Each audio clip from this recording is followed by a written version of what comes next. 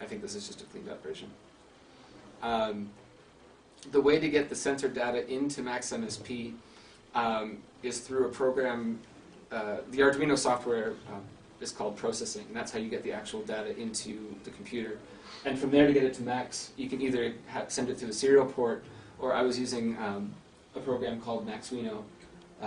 It's a third-party software that basically goes into the serial port and finds it for you, because I was having troubles getting it over. But it also allows you to do things like control the pin modes on the Arduino, both the digital and analog pins, and to see the input that's coming in. So, the next stage was to start prototyping, getting the sensor data into the computer, and then getting it to actually affect some sound. I'll come back to that in a second. So this was the box, round one. And you can see I've got the Arduino and breadboard inside. And I just had a couple of potentiometers and a few buttons on top, just to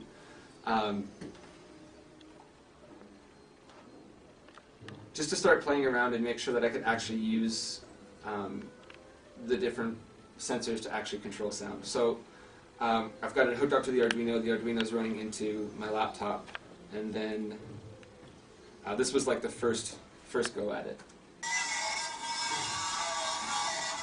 You know, it's hard to see. Thank you.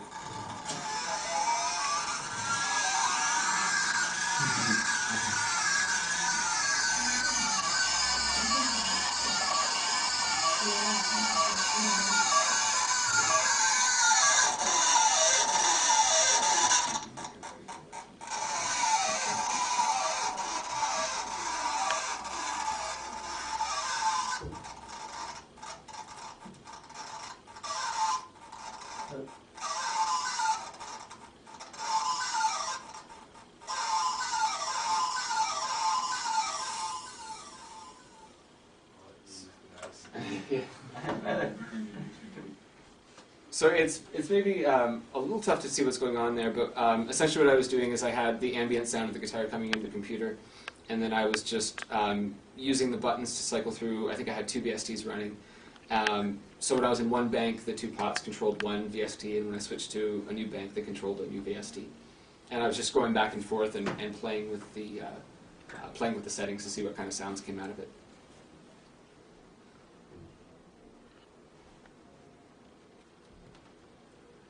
So the next one, which I called Sweet Destruction, was when I actually started tearing into the guitar. So you can see where this is going. This is way more satisfying than you might think. Colin, just let me know when you want the light on. Okay, yeah, sure. Actually, maybe this is better.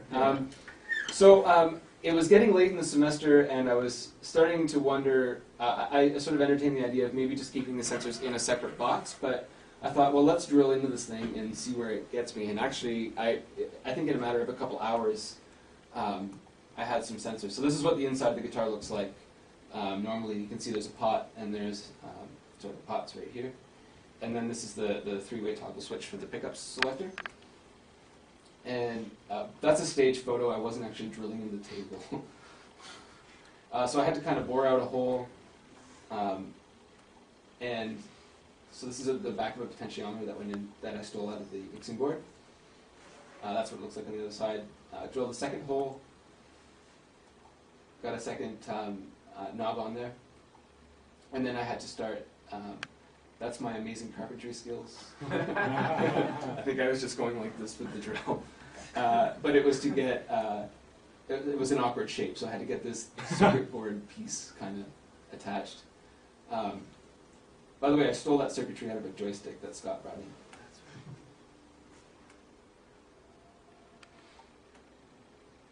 So now you can see these are the 2 new potentiometers. That's the volume knob, the circuit board in here. This is an accelerometer that I thought I was going to use, but apparently it takes 3 volts and USB sends 5. So I fried it within about 10 seconds of having it plugged in, and it died on me. So that was sad, but I'll come back to it. I think we waited for like 2 weeks for it to be shipped in. Yeah. That's an FSR. I just put some electrical tape on it because it gave just enough of feedback that it felt good to play. There's also a little switcher here, or a little just a switch that I would use to kind of turn on off and on the FSR.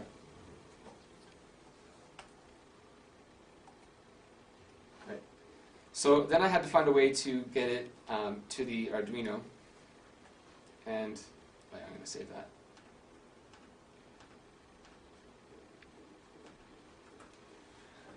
So these are the wires now that I've hooked up to all the sensors, kind of turned into a bit of a mess. So I had to find a way to get the sensor data out of the guitar. So I drilled a giant hole inside of it, which was amazing. And I started running the cables. I had to solder some together. And then, I'm not sure if it's here. So the solution for me to get it out of the guitar was to take telephone cables, since there's basically just 4 wires. And you can see I have 3 sets of cables if I back up. Actually 4. One is for power, the other one is for analog sensors, one's for digital sensors. And so I ran 3 telephone cables, 1 to each group of wires, and then kind of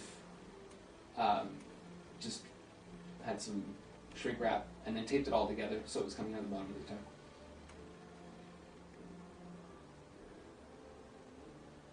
Right, there's my amazing, not the most elegant way, but like I said, I was just trying to find a way to get it out of the guitar, and I needed something sort of quick and easy. So not the most elegant solution, but it works. And by the way, I have a video of me actually.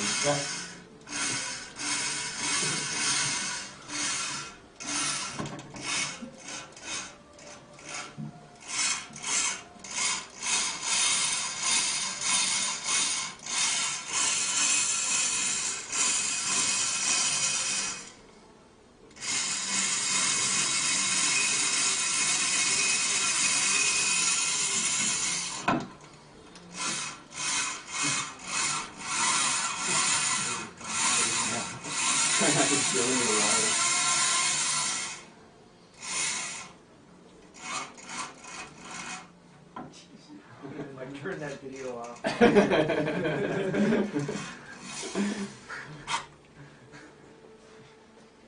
Everybody just pretend like you didn't see me drilling into a bunch of electronics. But I think that was probably the highlight of my semester last year, was drilling a hole into a guitar.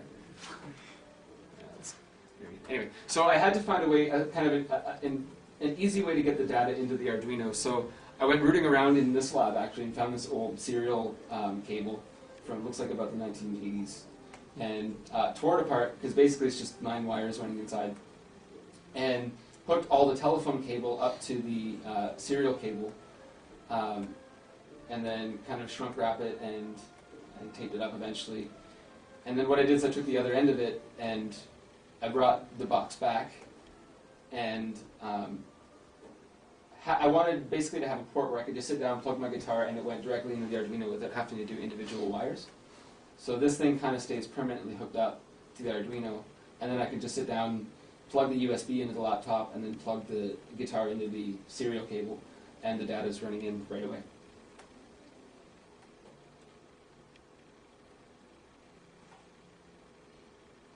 And then this is what the software ended up looking like. This is sort of the final version of it, so cleaned up, looking nice. So you can see I have 6 banks, 1 for each VST. And then when the guitar's here, these are for the potentiometers. This is for the FSR. And then the little switch locks the FSR if I get it to a spot that I like.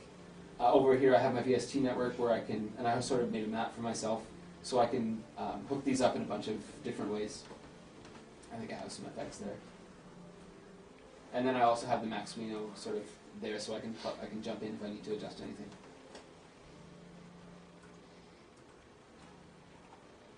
And then I think, yeah, these are just the last pictures of the finished product. So that's what the guitar looks like, plugged into the Arduino, and all of that stuff is sort of sitting on the ground here if you want to take a closer look later on. And then this is the last, this is just the last video of me playing around.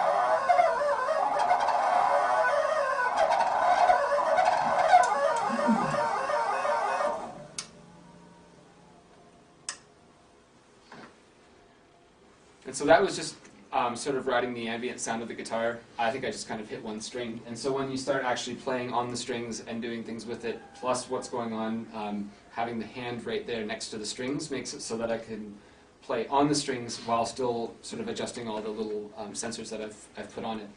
So right away I noticed that my hand barely touched the mouse anymore, except maybe to adjust volume on the individual VSTs.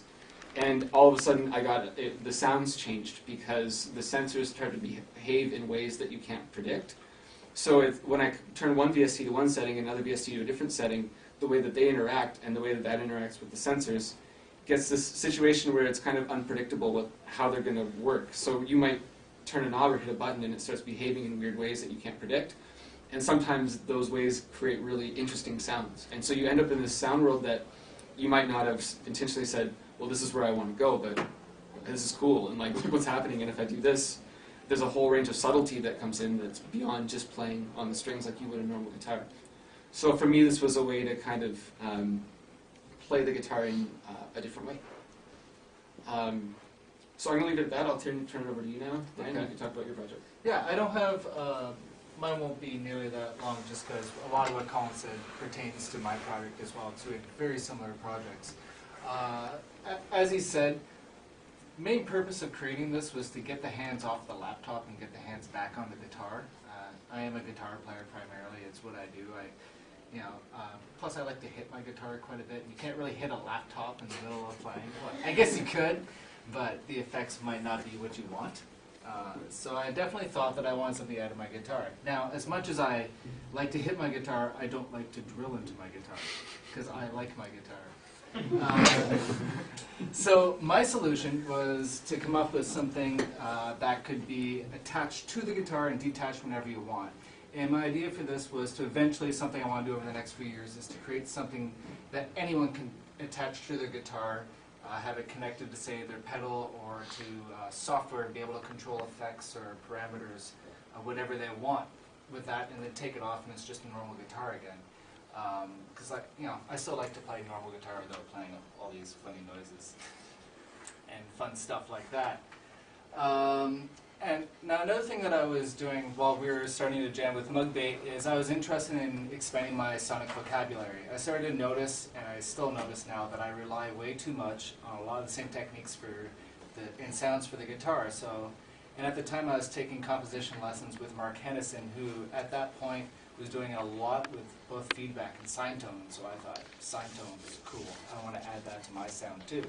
So basically what I wanted to do was have an outside control that controlled not only effects that my guitar went through, but also had intuitive control and manipulation over sine tone, so that I could do both of them at the same time. So all the effects within Max MSP could affect both the sine tones in the box and the sound of my guitar coming through it. So when building this, I mean, a lot of it is all about tactile, what feels good. As a guitar player, for me, potentiometers, pots, knobs, I mean, that's what I grew up playing with. That's what's really comfortable for me, even though if you might have noticed on my guitar, I ripped them off. That's because I hit my guitar with them now. But for the box itself, I really like that feel. I went through a lot of different things, photo resistors. Like Colin, I tried the accelerometer and fried it right away. And I do really like the idea of an accelerometer. It's just we couldn't get one sent to us quickly enough to finish the project on time. So I'm going to order another one and build some more.